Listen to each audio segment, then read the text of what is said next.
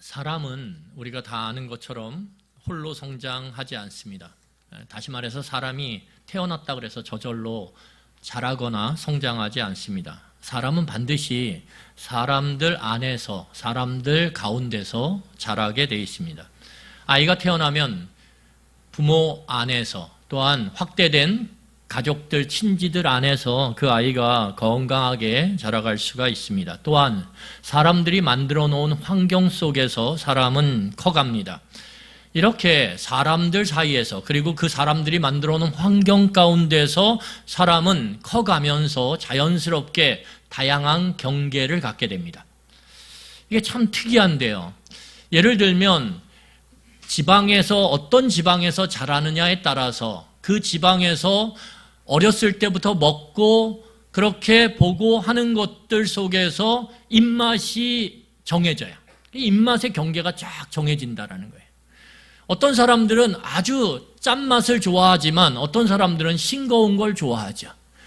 이렇게 혀의 경계도 정해져요. 여러분, 우리가 살아오면서 사람들 가운데서, 그리고 그 사람들이 만들어 놓은 환경 가운데서 자라면서 인간관계의 경계가 정해집니다. 우리가 주로 만나는 사람들이 있어요. 그리고 그 만나는 사람들과 우리는 편하게 지낼 수 있어요.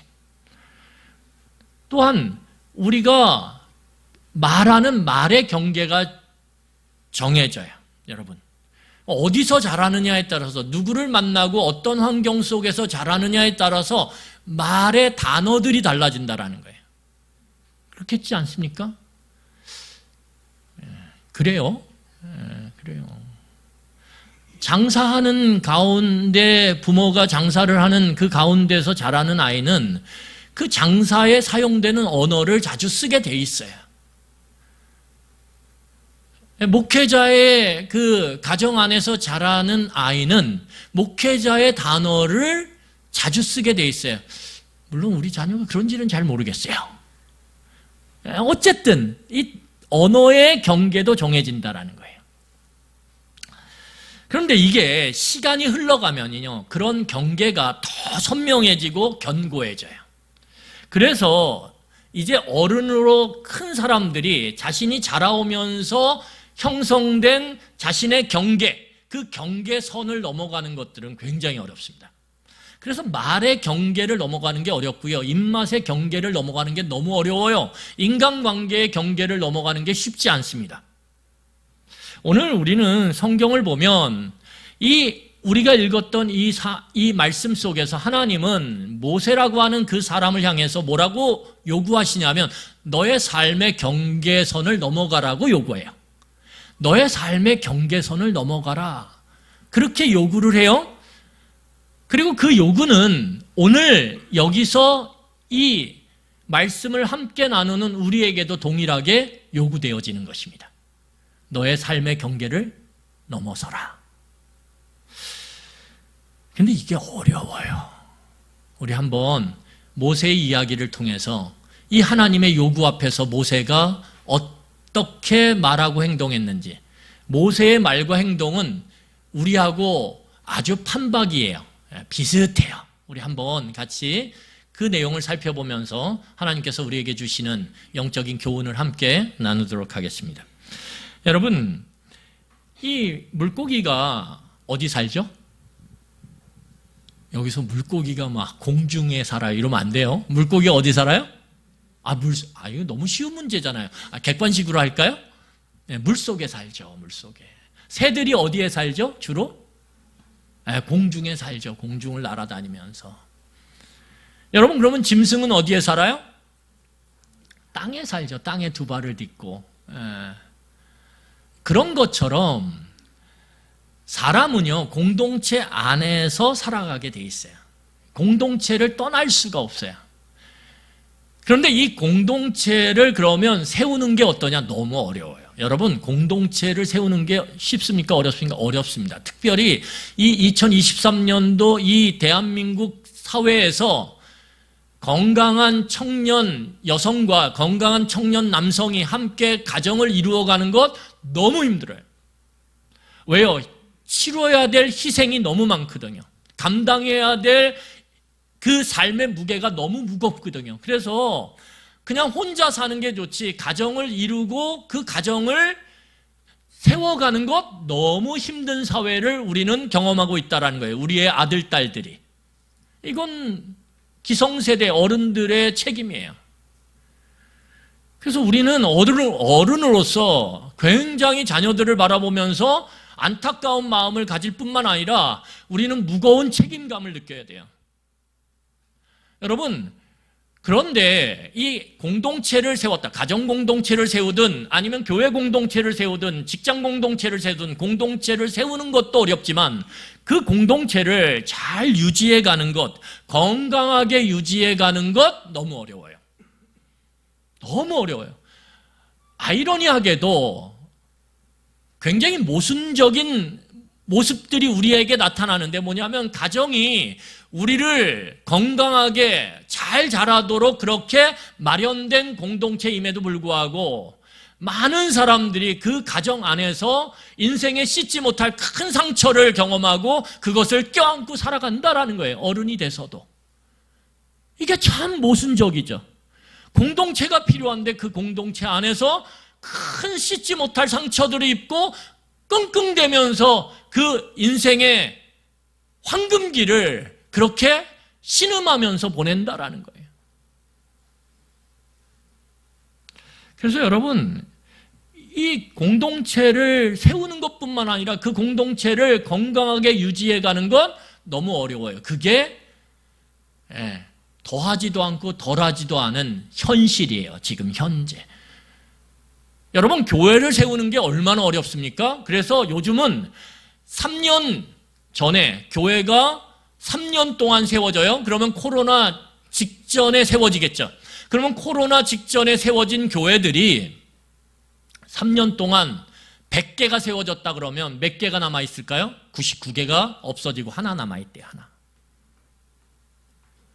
그러니까 지금 교회를 개척하고 교회를 세우는 일이 얼마나 어려운지 몰라요.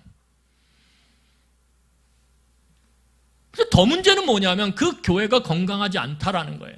오히려 교회 안에서 인생의 큰 상처를 입고 그 안에서 신음하면서 휘청휘청대는 그러한 하나님의 자녀들이 많다라는 거예요. 우리는 그런 사람들을 뭐라고 불러요? 우스갯소리로 가나안 성도라고 얘기하죠. 가나안 성도. 거꾸로 말하면 뭐예요? 안 나가 성도. 교회 안 나가 성도. 그게 부인할 수 없는 현실이라는 거예요. 우리의 현재라는 거예요. 공동체는 필요한데 그 공동체가 잘 세워지고 잘 유지되고 건강하게 그 안에 있는 가족 공동체, 가족 구성원, 교회 구성원들을 그렇게 건강하게 그렇게 회복시켜가는 일이 드문 시대를 우리는 살고 있다는 거예요. 여러분, 하나님은요 아주 특별한 취미를 갖고 계신데 하나님의 취미가 뭔지 아세요? 하나님은 공동체 세우는 걸 너무 좋아해요. 하나님은 공동체를 세우려고 그래요. 그 공동체가 어떤 공동체예요? 하나님의 공동체. 하나님의 다스림을 받는 공동체를 하나님은 오늘도 끊임없이 세우길 원하신다는 거예요. 실패하는데 세워졌다가 그렇게 그냥 사라지는데도 하나님은 포기하지 않으세요. 이 공동체를 세워서 그 공동체를 통해서 하나님의 통치와 다스림을 누리며, 여러분, 하나님의 통치와 다스림을 공동체 안에 있는 사람들이 누리게 될 때 그들 안에 나타나는 것이 무엇입니까? 자유와 평화예요. 자유와 평화. 여러분, 하나님의 다스림을 받을 때 자유함을 느껴요.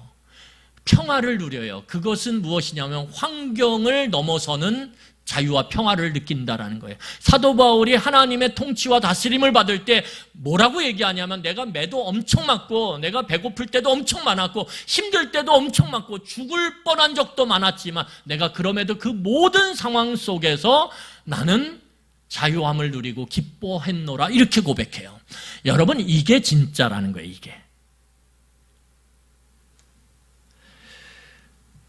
그런데 하나님은 이 취미, 공동체를 세우고 그 공동체를 하나님의 다스림을 받는 그러한 공동체로 만들어 가시면서 그 안에 있는 사람들이 하나님의 자유와 평화를 맛보며 그 자유와 평화가 가져다 주는 게 뭐예요? 만족이죠.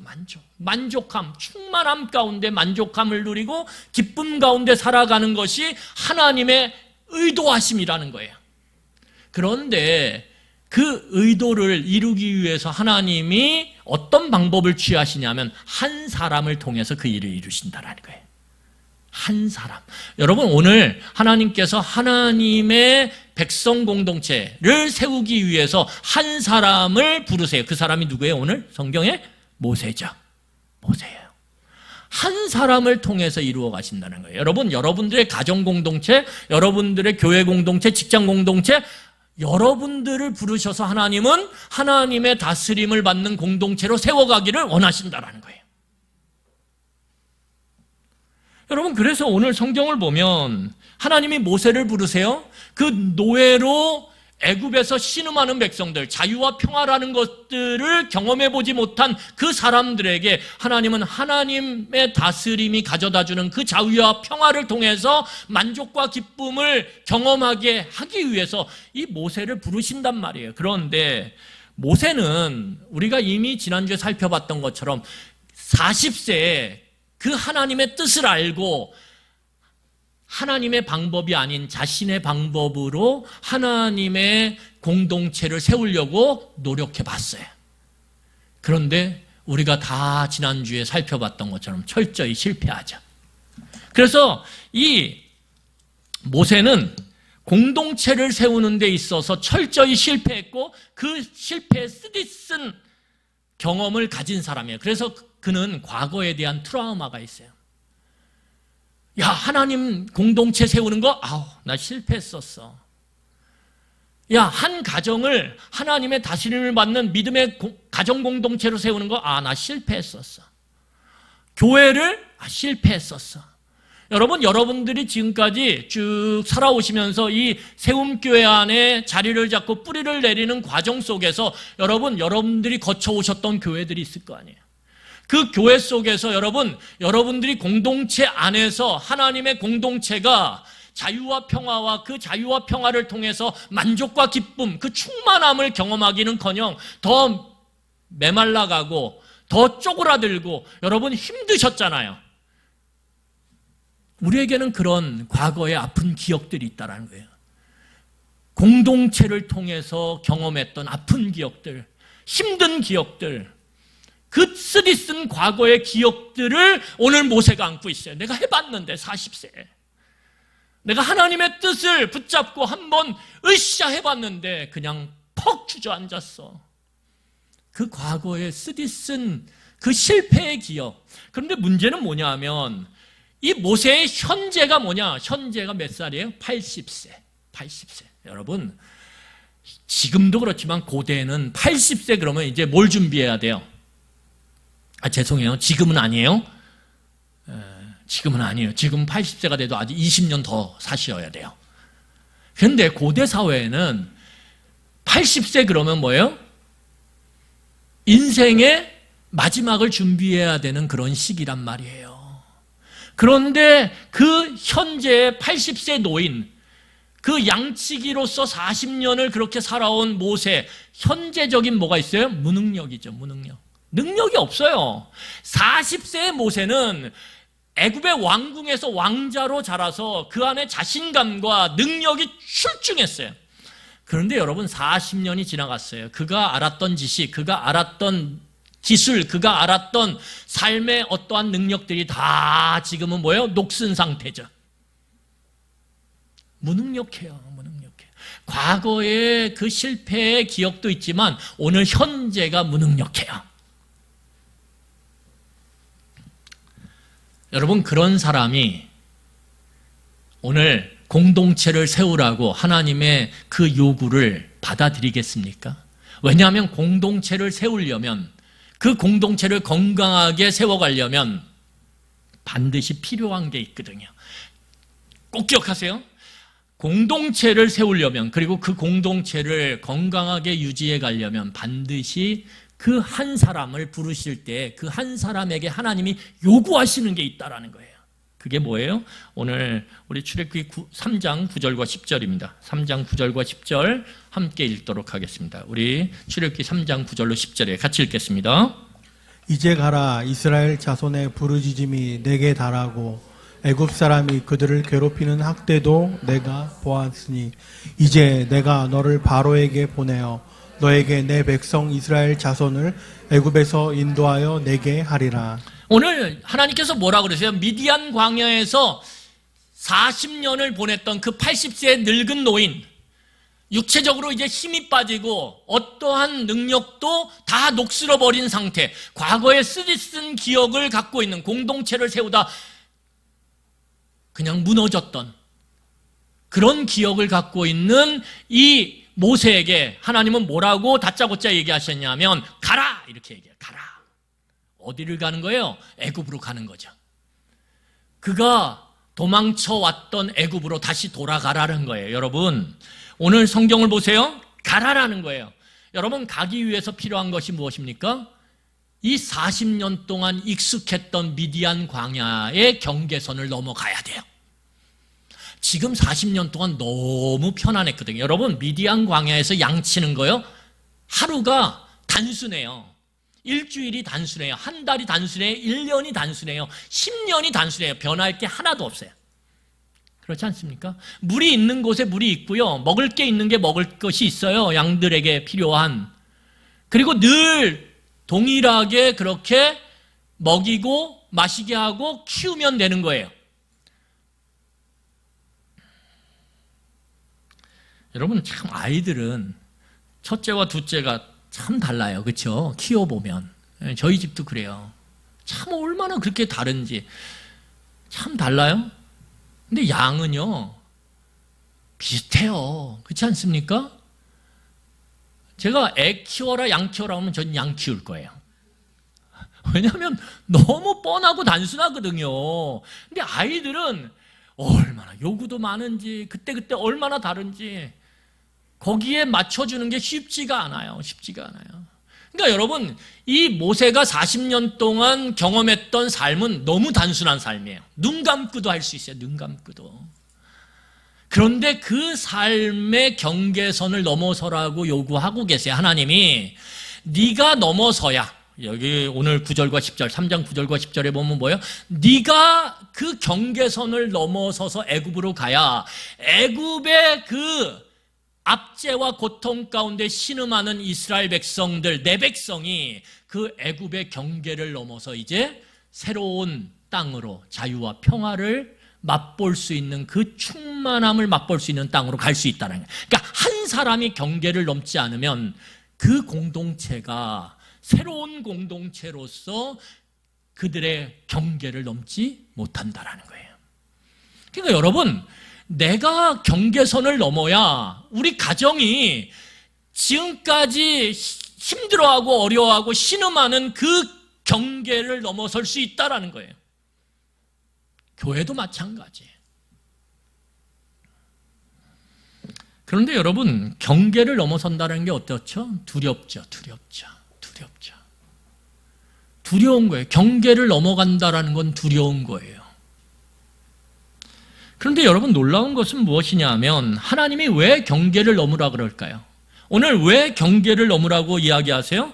오늘 모세는 40년 동안 굳어진 그 단순하고 편안한 삶, 모세는 자기 만족 가운데서 오늘 살고 있어요. 너무 만족해요. 양들이 잘 자라고 있고요. 그 양들을 치는데 어떠한 어려움도 없어요. 새로운 기술이 필요하지도 않아요. 너무너무 편안해지고, 아까도 말씀드렸지만 눈 감고도 얼마든지 양들을 키울 수 있어요. 그러면서 양으로부터 나오는 부산물들을 통해서 내 배를 불릴 수가 있어요. 가정을 유지할 수가 있어요. 자녀들을 키울 수가 있어요. 여러분, 그 정도 됐으면 된 거 아닙니까? 더 바랄 게 없는 상태죠. 그런데 문제는 뭐냐면 하나님이 왜 경계를 넘어서라고 말씀하세요? 하나님은 우리가 자기 만족을 누리는 그 작은 만족 속에서 머물기를 원하지 않는다라는 거예요. 하나님은 우리에게 그 이상의 것, 그 이상의 목적을 추구하도록 우리를 창조하셨다라는 거예요. 여러분, 우리는 자기 생존이라고 하는 그 생존의 한계 안에 머물면서 야, 내가 오늘도 생존할 수 있으니까, 오늘도 먹고 마시고 살 수 있으니까 그 안에서 야, 만족하고 이걸로 됐지. 아니요, 하나님은 그것을 넘어서라고 우리에게 요구하고 계시고, 그 요구 속에 하나님이 우리를 향한 뜻이 있다라는 거예요. 목적이 있다라는 거예요. 여러분, 우리가 협소한 행복의 정의를 갖고 있어요. 아주 협소한 행복의 정의. 요즘에 아이들한테 물으면 너 커서 어떤 사람이 되고 있니? 무슨 일을 하고 싶니? 물으면 우리 아이들의 그 꿈이 너무 협소해요. 뭐예요? 건물주가 되는 거예요. 건물주. 가슴 아프지 않으세요? 여러분, 그 말을 들을 때마다 와, 가슴 아프다 그런 생각 안 들으세요? 아이들의 꿈이요, 내가 내 경계선을 넘어서 미지의 그 세상으로, 미지의 그 세계로 나아가서 거기서 뭔가를 경험하고 그 안에서 뭔가를 새롭게 그렇게 세워가는 것이 꿈이 아니라, 그냥 눈에 봐도, 이거는 7살짜리가 눈을 봐도, 중학생이 봐도, 고등학생이 봐도, 대학생이 봐도, 저 나이든 80세의 노인이 봐도 똑같아요. 아, 건물주가 되면 편안하게 살겠네. 먹고 마시는 거 걱정 안 하고 살겠네.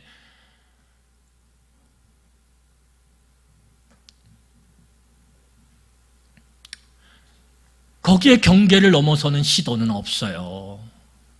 행복의 정의가 그냥 돈 많이 벌어서 내가 하고 싶은 거 하면서 먹고 마시고 살면 그게 행복이라고 생각하는 너무 협소한 행복으로 쪼그라들었단 말이에요. 우리의 아이들의 그 행복에 대한 개념이. 그러니 경계를 넘으려고 안 해요. 내가 기꺼이 누구를 위해서 희생하고, 내가 누군가 연약한 자들을 위해서, 힘없는 자들, 오늘도 불치병으로 인해서 죽어가는 그 어린아이들을 위해서 내가 기꺼이 내게 주신 그 재능을 힘쓰고 애써서 경계선을 넘어가면서 내가 그 아이들을 살릴 수 있는 약을 개발하고 발명하는 그 일에 내가 헌신하겠다. 그런 거 없어요. 야, 그거 해봤자 돈 못 벌어.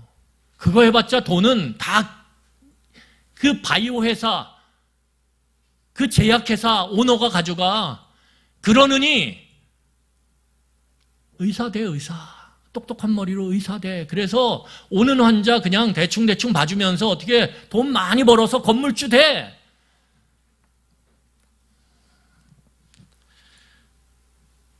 여러분, 하나님은 그런 협소한 개념의 행복을 누리도록 우리를 창조하신 게 아니에요. 하나님은 더 큰 것의 일부가 되도록 우리를 창조하셨던 거예요. 더 큰 것의 일부. 더 큰 것이 무엇입니까? 하나님이죠. 하나님. 하나님의 일부가 되도록. 이것이 무엇이냐면 신적인 동참이에요. 우리와 하나님이 하나 되는 것. 여러분, 예수님의 삶은요, 경계선을 넘어서세요. 막 넘어서세요. 경계선을 넘어서세요. 종교 지도자들은, 그 당시에 종교 지도자들은 경계선을 딱 정하고 절대 안 넘어요. 저 사람들하고는 나는 상종치 않는 사람들. 절대 그 사람들하고는 만나지도 않고 말을 붙이지도 않고 그 사람을 대하질 않아요. 그런데 예수님은 그 죄인이라고, 부정한 사람이라고 선을 그어놓은, 종교 지도자들이 선을 그어놓은 그 병든 자들, 아픈 자들, 부정한 자들, 창녀와 세리들을 어떻게 해요? 훌쩍 넘어서 그들을 껴안아주고 만나세요. 그리고 그 속에서 예수님은 뭘 경험해요? 큰 하나님의 일부가 되어지는, 하나님의 그 치유와 회복을 통해서 하나님의 역사 안에 예수님은 거하세요. 이게 하나님과 예수님의 하나됨이죠. 여러분, 여기서 경험하는 것이 무엇입니까? 초월성이에요. 초월성. 경계를 넘어갈 때, 그 두려운 경계를 넘어갈 때 우리는 하나님의 일부가 되어져요. 그리고 그 하나님의 일부가 되어지면서 뭘 경험하게 돼요? 초월성을 경험하게 되는 거예요. 초월성을 경험하게 될 때 우리는 거기서 어떤 마음을 갖게 되냐면 너무나 자연스럽게 하나님을 경외하는 마음을 갖게 되는 거예요. 아, 하나님이 크시구나. 그리고 그 경외함 속에서 우리는 일부러 억지로 의식적으로 겸손해지는 게 아니라 그냥 자연스럽게 겸손한 삶을 살아가게 되는 거예요. 그런데 만약에 경계선을 넘지 않잖아요? 그러면 어떤 일이 일어납니까? 아이, 눈 감고도 이 경계 안에서는 내가 다 할 수 있다니까요? 먹고 사는 것들이 다 내 안에 계산이 다 돼 있어요. 여러분, 그러면 어떤 일이 일어나냐면, 어떤 일이 일어날까요? 내가 하나님이 되기 시작해요. 내가. 어느 순간의 시간 안에서 하나님이 더 이상 필요 없어요. 하나님은 그냥 의식의 하나님일 뿐이에요. 어차피 내가 일하고 내가 계산하고 내가 그렇게 살아가는 거예요. 그러니까 하나님이 필요해요? 안 필요해요? 실제적으로 필요하지 않아요. 그러면 그냥 우리는 종교적 의식 속에서만 하나님이 필요한 거예요. 내가 종교적인 예배를 드릴 때만 하나님을 말하는 거예요. 그런 하나님은 점점 희미해지죠. 희미해지기 때문에 어떻습니까? 우리도 모르게 점점 내가 하나님이 되는 교만함의 자리에 이르게 되는 거예요. 교만함의 자리에 이르게 돼요.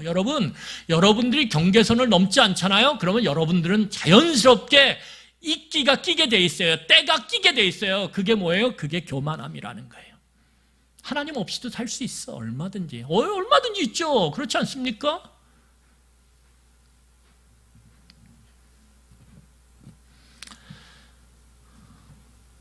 여러분, 오늘 하나님은 경계선을 뛰어넘어서 하나님의 초월을 경험하라라고, 그래야 모세가 하나님을 진정으로 경외하며 하나님이 하나님 되심을 온전히 인정할 수 있다라는 거예요. 이 요구 앞에서 모세의 반응이 무엇일까요? 오늘 우리 1절을 보세요. 1절 같이 읽겠습니다. 1절 같이 보겠습니다. 1절 같이 읽겠습니다. 시작. 모세가 대답하여 이르되 그러나 그들이 나를 믿지 아니하며 내 말을 듣지 아니하고 이르기를 여호와께서 내게 나타나지 아니하셨다 하리이다. 모세가 어떻게 해요? 거부하죠. 예, 거부해요. 경계선을 넘어라 그랬더니 NO! 이렇게 얘기해요. 모세 왜 이래? 그렇게 말하지 마세요. 우리 똑같아요. 여러분들의 삶의 경계선을 넘으라고 수없이 주일마다 새벽마다 말씀이 요구해요. 그런데 우리 어떻게 해요? 이거 넘어서면 내가 계산했던 이 이익들이 다 없어질 텐데 그러면 내가 어떻게 먹고 살지? 이 경계선을 넘어서면 내가 그렇게 안정적으로 누리던 것을 다 내려놔야 되는데 그러면 어떻게 하지? 여러분, 우리 삶에 우리의 마음 가운데 두려움이 쫙 찾아와요.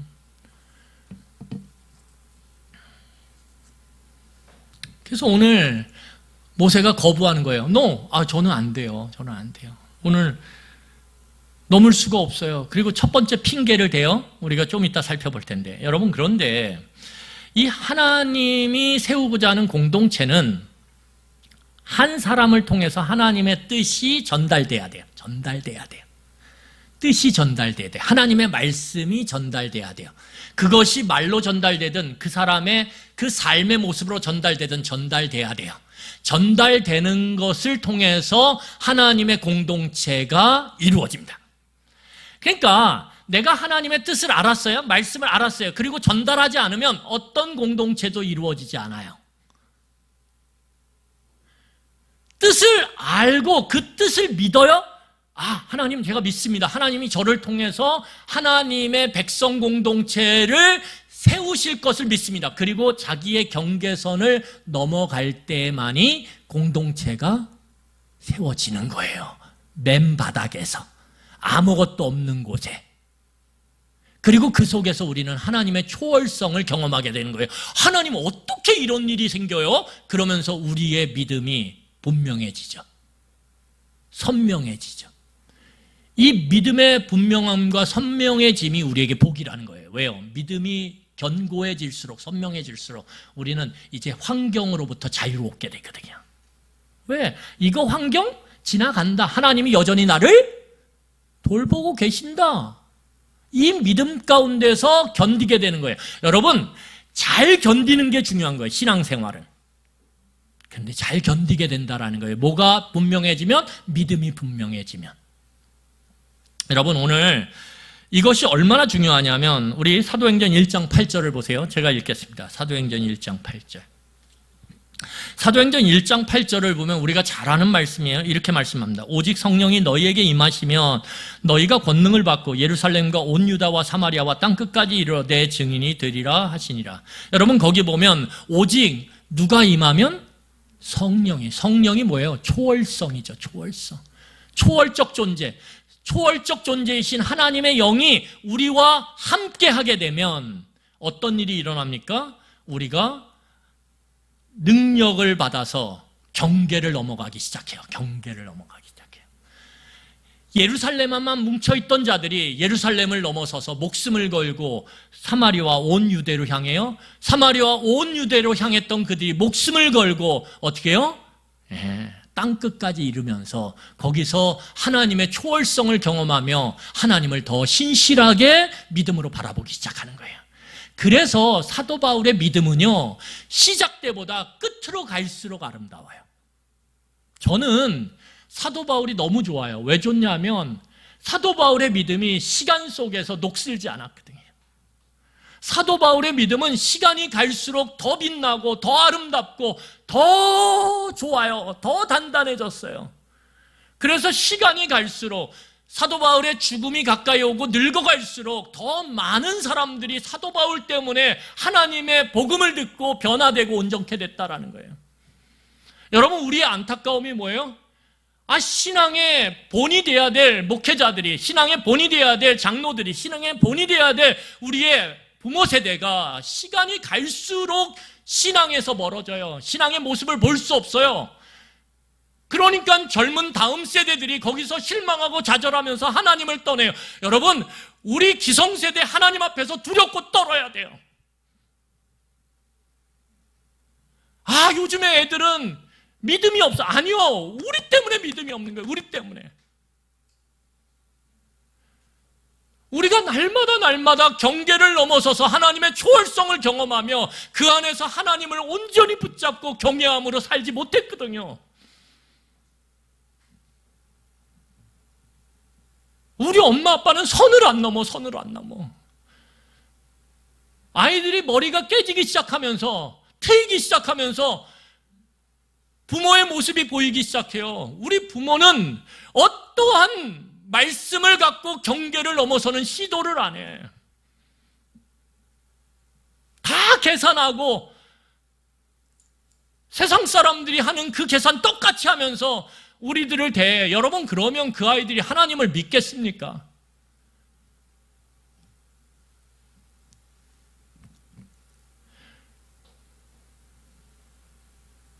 경계를 넘어서지 못하는, 그래서 하나님의 초월성을 의지하며 하나님을 붙들고 몸부림치며 기도하고, 하나님 제가 아니고 하나님이 하셔야 됩니다라고 그렇게 몸부림치는 그 부모의 모습을 보면서 하나님을 느끼고 하나님을 알아가야 될 텐데, 그 경계선을 넘으려고 하는 애씀조차 없는, 다 자기의 계산 속에서 그렇게 살아가려고 하는 부모의 모습을 보며 자녀들이 하나님을 고백하겠습니까?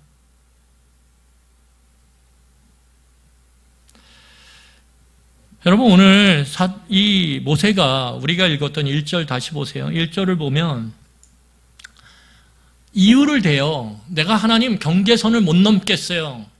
그 첫 번째 이유가 뭐냐면 1절 다시 보세요. 제가 1절 다시 읽겠습니다. 모세가 대답하여 이르되 그러나 그들이 나를 믿지 아니하며 내 말을 듣지 아니하고 이르기를 여호와께서 내게 나타나지 아니하셨다 하리라.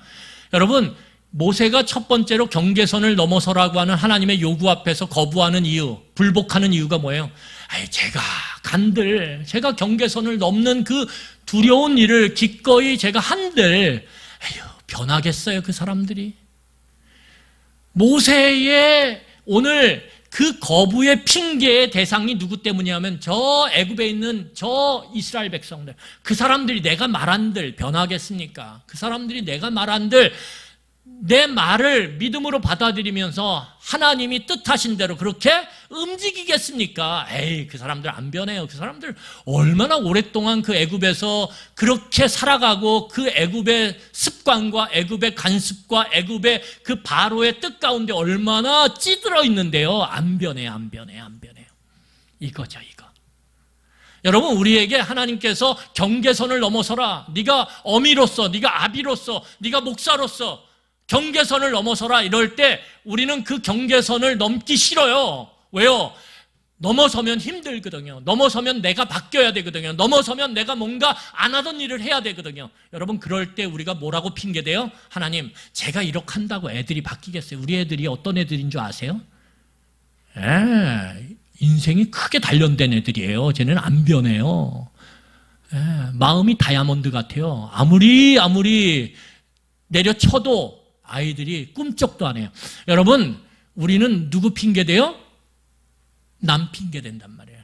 하나님, 제가 이렇게 한들 내 남편이 변하겠어요? 하나님, 제가 이렇게 한들 내 아내가 변하겠어요? 하나님, 내가 이렇게 한들 우리 시부모가 변하겠어요?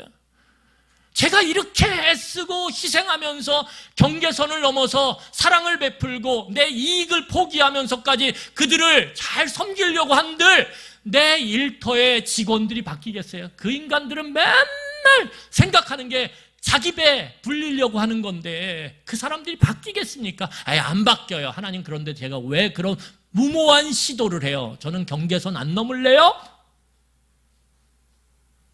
어디서 많이 듣지 않았습니까? 하나님의 말씀이 우리에게 경계선을 넘어, 야, 네 삶의 그 부분을 뛰어넘어, 그렇게 요구할 때 우리는 금방 이 모세처럼 그 사람 바뀌지 않아요. 걔 바뀌지 않아요. 그런데 뭐하러 이렇게 쓸데없는 시도를 제가 기꺼이 희생하면서 해요? 저 안 할래요. 이렇게 선을 딱 긋죠. 그런데 놀라운 건 뭐냐 하면 하나님은 참 놀라우신 분이세요. 하나님이 어떻게 하세요? 3가지 기적을 오늘 보여주고 있어요. 2가지 기적은 보여주고 있고 1가지 기적은 약속해요. 자, 오늘 성경을 보세요. 여러분, 첫 번째 기적이 뭐예요? 모세의 뭐가 변하는 거예요? 지팡이가 변하는 거예요. 지팡이가 뭘로 변해요? 뱀으로 변했다. 다시 지팡이로 변해요. 여러분, 여기 중요한 게 있어요. 부패시키거나 아니면 안 좋게 만들거나 변화시키는 것은 가능할 수도 있어요. 그런데 그것을 다시 원래로 복원하는 건 어려워요. 잘 들으셔야 돼요. 이 기적의 놀라운 점은 변하게 하는데 그 변화된 걸 다시 복원하는 건 어렵다. 여러분, 시간 안에서요, 제 머리가, 여러분들 제가 염색하고 이제 조금씩 염색이 이제 어떻게 해요? 이렇게 머리가 자라면서 흰 부분이 드러나서 그런데 시간 안에서요, 머리가 하얀 걸로 변하는 건요, 놀랍지만 가능해요. 그런데 이걸 다시 원래대로 검정색으로 만드는 건 불가능해요. 그렇죠? 그러니까 시간 안에서 뭔가 바꾸는 건 가능할 수 있어요. 그런데 그걸 회복하는 건 어려워요. 여러분, 우리의 습관이 나빠지는 거 쉬워요? 그런데 그것을 원래 좋은 습관으로 만드는 거 어려워요. 그렇죠? 여러분, 오늘 성경을 보면 하나님께서 2번째 기적을 일으키세요. 2번째 기적은 뭐예요? 모세의 손을 집어넣어요? 품에. 근데 뭘로 변해요? 문둥병이 걸리죠. 피부병이. 그런데 다시 어떻게 해요? 집어넣었더니 원래대로 돌아왔죠. 그렇죠? 여러분, 3번째 하나님이 약속을 하세요. 모세가 뭐라 그래요? 그래도 안 믿으면 어떻게 해요? 야, 가서 나일강이 있는데, 애굽에 유명한 강이 나일강이지 않습니까? 그 나일강의 물을 떠다가 놔. 그러면 내가 땅에다 부으면 그게 피로 변하게 할게. 빨간색으로. 이렇게 말씀하세요. 여러분, 요 3가지 기적의 공통점이 있어요. 뭘까요? 물론 변했다라는 거예요. 그런데 이 3가지 기적의 공통점이 뭐냐면 변할 수 없는 게 변했다라는 거예요. 뭐라고요? 변할 수 없는 게 변했다라는 거예요. 여러분, 잘 들으세요. 모세의 손에 잡힌 지팡이는 모세가 40살에 이 미디안 광야로 실패하고 도망쳐서 잡기 시작한 양치기 목동의 지팡이에요. 이 지팡이는 모세의 손에서 40년 동안 뱀으로 변한 적이 없어요. 여러분, 모세가 갖고 있는 이 손은 태어날 때부터 손이었어요. 그 손은 80년 동안 한 번도 문둥병이 든 적이 없어요. 변한 적이 없다라는 거예요. 여러분, 나일강은 하나님이 나일강을 창조한 이후로부터 한 번도 그것이 핏빛으로 변한 적이 없어요.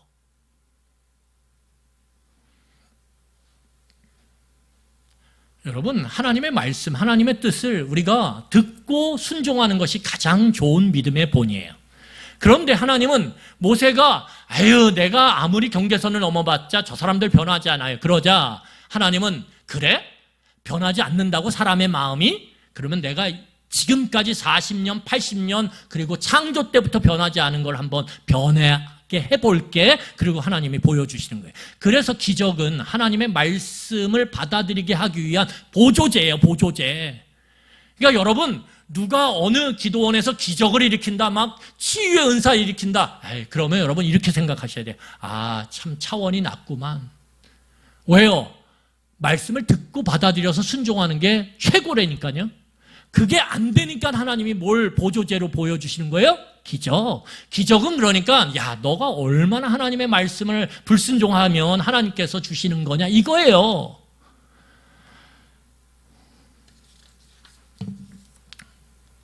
여러분, 이 기적 속에서 하나님이 모세에게 말씀하시는 것이 무엇입니까?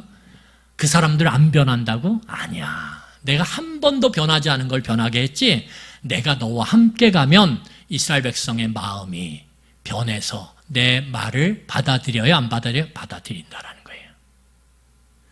여러분, 오늘 두 번째로 보면 그럼에도 불구하고 모세는 어떻게 해요? 내가 말 못한다고 거부하죠. 하나님, 제가 말을 못해요. 어눌한데 어떻게 하나님의 뜻을 제대로 이스라엘 백성들에게 전하겠어요? 이렇게 핑계를 대요. 여러분, 다른 사람의 핑계가 안 통하니까 두 번째로 누구를 핑계대요? 저 능력이 없어요. 여러분, 우리도 그렇지 않습니까? 말씀을 듣고 경계선을 넘어서라고 하는 요구 앞에서 우리는 뭐라 그래요? 하나님, 제가 능력이 없어요. 제가요, 신앙생활을 오래 했는데 이 말씀은 절대 순종이 안 돼요. 제가 이 말씀에 따를 수가 없어요. 제가 부족해요. 하나님, 제가 지금 하나님의 말씀을 듣고 순종할 그런 컨디션이 아니에요.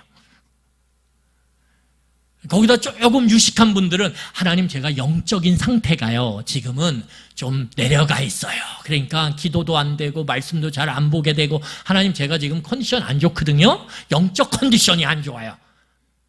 제가 영적 컨디션이 좀 올라가면 그때 한번 고려해 볼게요. 경계선 넘는 거. 근데 그때까지는 좀 기다려주세요. 하나님, 제가 지금 안 돼요. 이렇게 핑계 대는 거예요. 여러분, 이 모세의 핑계가 일면 납득이 돼요. 왜요? 모세가 히브리 사람들의 언어에 익숙했고요, 애굽 사람들의 언어에 익숙했거든요. 그런데 몇 년을 떠나 있었어요? 40년. 말할 일이 별로 없어요. 광야에서 양들만 치는데 뭘 말을 그렇게 하겠어요. 그러니까 40년 동안 말을 쓰지 않으면 그것이 어눌해지고 잊혀지는 게 자연스럽죠. 그래서 여러분, 우리 그 유명한 그 미국의 메이저리그라고 하는 프로야구에 진출해서 투수로서 일가를 이루었던 선수가 있어요. 그래서 우리가 힘들 때, 우리가 90년 말 2000년 초반에 힘들 때 이 선수가 막 강속구를 뿌려대면서 코쟁이 큰 선수들을 허싱하게 만들면서 어떻게 해요? 우리 민족이 참 대단하구나 이렇게 하면서 막 응원하고 막 그랬어요.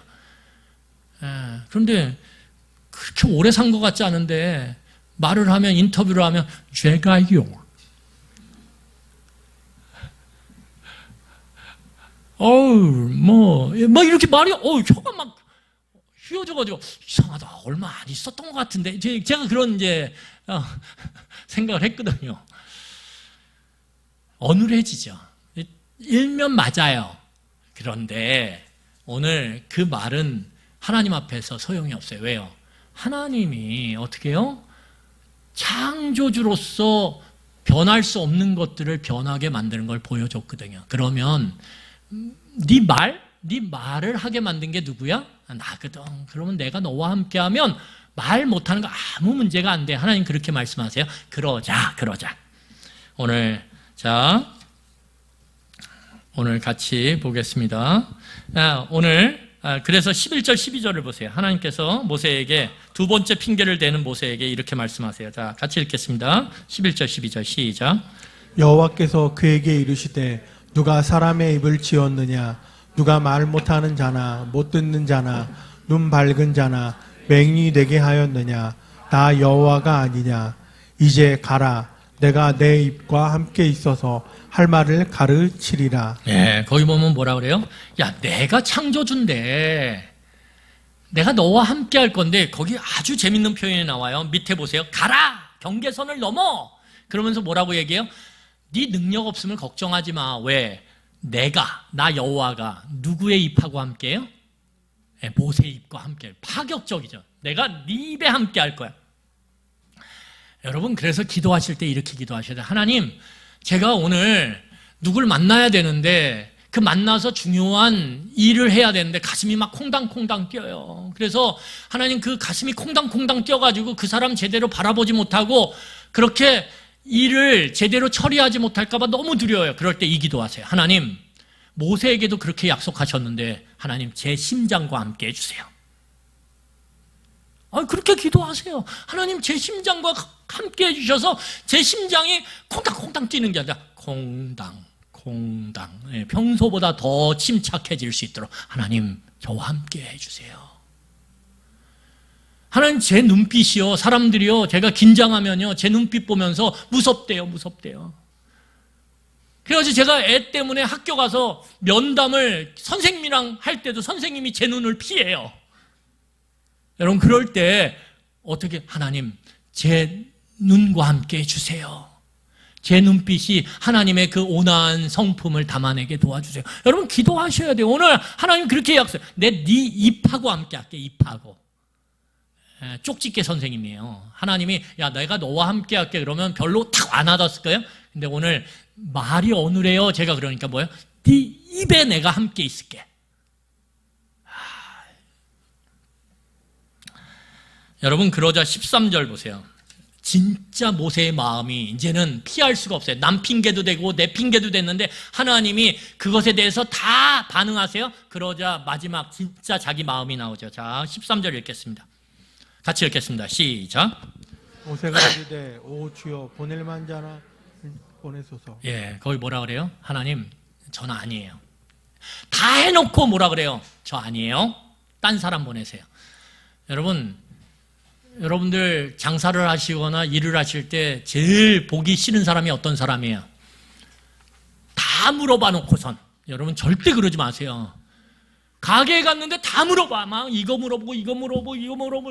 그러면 여러분, 그렇게 한 10가지를 물어보면, 그러면서 뭐예요? 이건 이게 안 좋네요. 이건 이게 안 좋네요. 이거는 이거 다 얘기해 놓고선, 그러면 직원은 뭐예요?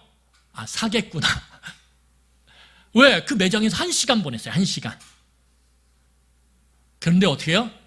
제가 살 게 없네요. 그리고 나오면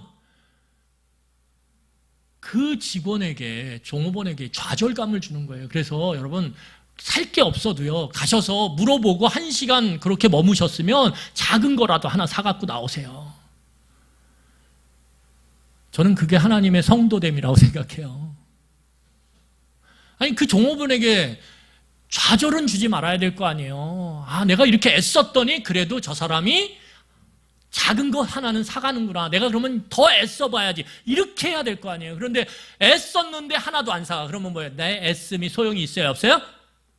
없다라고 생각하는 거예요. 그건 물건 하나를 사고 안 사고의 문제가 아니라 그 청년에게, 그 일하는 알바생에게 뭐예요? 좌절감을 주는 거란 말이에요. 오늘 하나님이 그렇게 기적도 보여주고 다 했는데 뭐라 그래요? 저는 아니에요. 이렇게 말하죠. 이 모세는 상도덕이 없어요. 상도덕이.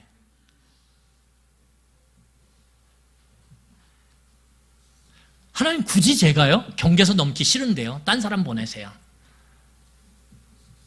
그럴 때 하나님 뭐라고 말씀하시냐면, 내가 네 형 아론과 함께 그 공동체를 세워가는 일을 할 수 있도록 내가 동역자를 네 옆에 세워줄게. 하나님이 그렇게 말씀하셔요. 그러니까 하나님이 얼마나 저는 대단하시다. 하나님 대단하시다. 기다려주고 인내하며 한 사람을 세워가는 이 하나님의 그 모습, 그리고 그 모습을 통해서 결국은 모세가 경계선을 넘어서 이제 애굽으로 돌아가서 하나님의 백성 공동체를 세우게 되는 거예요. 우리 말씀을 마무리하겠습니다. 여러분, 모세가 그 하나님의 끈질긴 설득, 근데 그 끈질긴 설득 앞에서 얼마나 또 끈질기게 거부하는지. 이 모세의 완고함이요, 참. 근데 이게 우리란 말이에요. 경계선을 넘어서길 거부하는 우리의 말씀을 들음에도 불구하고 그 말씀을 들을 때 자극해요. 그래, 내가 그 경계선을 넘어서야지. 그런데 어떻게 해요? 금방 집으로 돌아가면 그 경계선 안에 머물면서 여전히 그 안정감, 내가 만든 안정감을 누리려고 해요. 내가 만든 안정감이 얼마나 보잘것없고 연약한지를 알아요. 조금만 충격이 와도 깨지는 거 알아요. 그럼에도 불구하고 우리는 그걸 놓지 못해요. 그리고 결코 흔들리지 않는, 그래서 다윗이 뭐라 그래요? 시편에서 여호와는 흔들리지 않는 내 산성이시여 나의 방패시여, 그렇게 고백한 그 견고한 하나님의 성 안으로 머물기 위해서 우리는 우리의 성 밖으로 나가는 것을 두려워해요. 우리의 성, 그 보잘것없는 성, 내가 어떻게도 지킬 수 없는 성, 조금만 누가 충격을 줘도 여지없이 깨지고 흐트러지고 무너지는 내가 만든 그 성, 그거 별거 아닌데 우리는 그 성에서 나와서 하나님이 만드신 그 말씀의 견고한 성 안으로 들어가는 걸 두려워한단 말이에요. 이게 우리의 어리석음이란 말이에요. 하나님은 그런데 오늘도 끊임없이 설득하고 계세요. 네가 진짜 살려면 네가 만든 그 성의 경계선을 넘어서야 된다. 네가 만든 그 연약한 성의 그 문을 열고 하나님의 성으로 문을 열고 들어와야 된다. 오늘 우리에게 하나님은 끊임없이 끈질기게 초대하고 계세요. 그럴 때 여러분, 이 보잘것없는 80세 노인을 통해서 그 영광스러운 출애굽의 역사가 시작되는 거예요. 아멘? 아멘. 그 경계선 하나만 넘었을 뿐인데 그걸 통해서 하나님은 출애굽의 역사를 이루어 가시고 수많은 사람들이 자유와 평화를 누리며 하나님의 복을 누리게 하시고, 그 일들을 통해서 그 위대한 다윗이, 그 위대한 예수 그리스도가 이 백성 가운데 태어나심을 통해서 오늘 그 복을 오늘도 우리가 누리고 있다라는 거예요. 그런데 이 80세 노인이 나 경계선 넘기 싫어요, 하나님. 그리고 그냥 미디안 광야에 머물렀다면 그냥 양치기로 살다가 그냥 사라져 갔을 거예요. 여러분, 어떤 삶을 살기를 원하십니까? 하나님 앞에서 하나님을 믿음으로, 창조주이신 하나님을 믿음으로 변화되지 않을 것 같던 그 변화를 향해 우리의 삶의 경계선을 훌쩍 뛰어넘으세요. 믿음으로 우리의 삶의 그 허들을 넘으세요. 그럴 때 하나님이 일하실 것입니다. 변화할 수 없을 것 보였던 그것을 변화시키실 것입니다. 여러분, 그런 은혜를 함께 누리며 우리가 하나님을 더 사랑하고 더 경외하고 하나님을 온전히 만지는 것처럼 그렇게 경험하며 살아가는 하나님의 참된 백성 되기를 간절히 축원합니다. 우리 이 시간에 같이 찬양하겠습니다. 같이 찬양하며 말씀을 기억하도록 하겠습니다. 내게로 눈을 들어